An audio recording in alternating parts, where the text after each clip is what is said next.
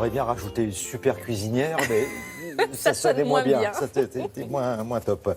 Alors, pourquoi l'Écosse aujourd'hui? Eh bien, parce qu'en ce moment se déroule le festival interceltique de l'Orient. Et ça va durer jusqu'au 13 août. Et en fait, chaque année, il y a un pays invité. Et cette année, c'est l'Écosse. Et je me suis dit, tiens, pourquoi pas se pencher un petit peu sur les spécialités écossaises.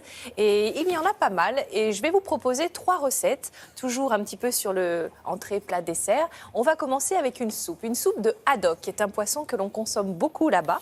Ensuite, on va faire demain, je vous proposerai un petit stovie. Alors, on le connaît moins, c'est comme un petit ragoût avec de la viande d'agneau, avec des pommes de terre, des petits oignons. Et on terminera samedi avec des scones. Alors, vous savez, ce sont ces petits biscuits, des petits pains. Il y a plusieurs recettes de scones, ça, il y en a autant que... Voilà. Mais nous, on va les faire un petit peu avec des pépites de chocolat. Enfin, c'est idéal à l'heure du petit déjeuner ou du thé. Voilà, c'est parfait.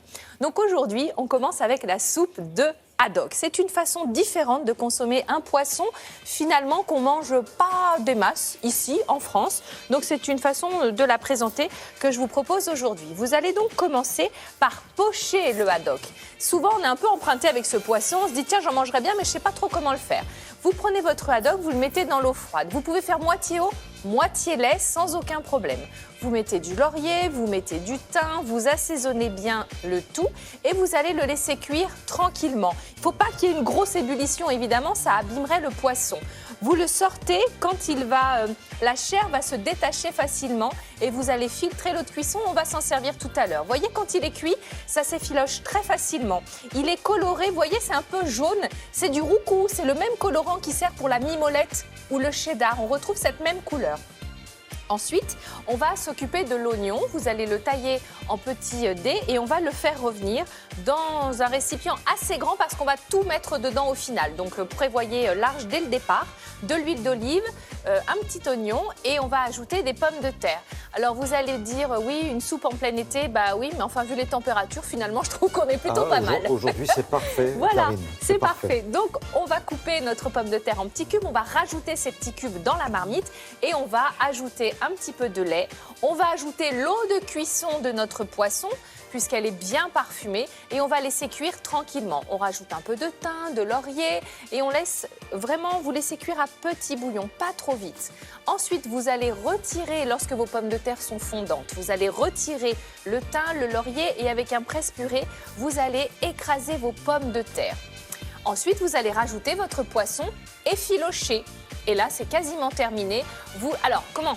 Vous faites comme vous aimez. C'est-à-dire que moi, j'ai laissé quelques morceaux parce que j'aime bien qu'il y ait un petit peu de mâche. Mais vous pouvez mixer complètement, si vous le souhaitez, vos pommes de terre et rajouter juste le poisson sur le dessus, pourquoi pas. Et au moment de servir, toujours une petite herbe fraîche, un petit peu de persil ou si vous le souhaitez, de la ciboulette, pourquoi pas.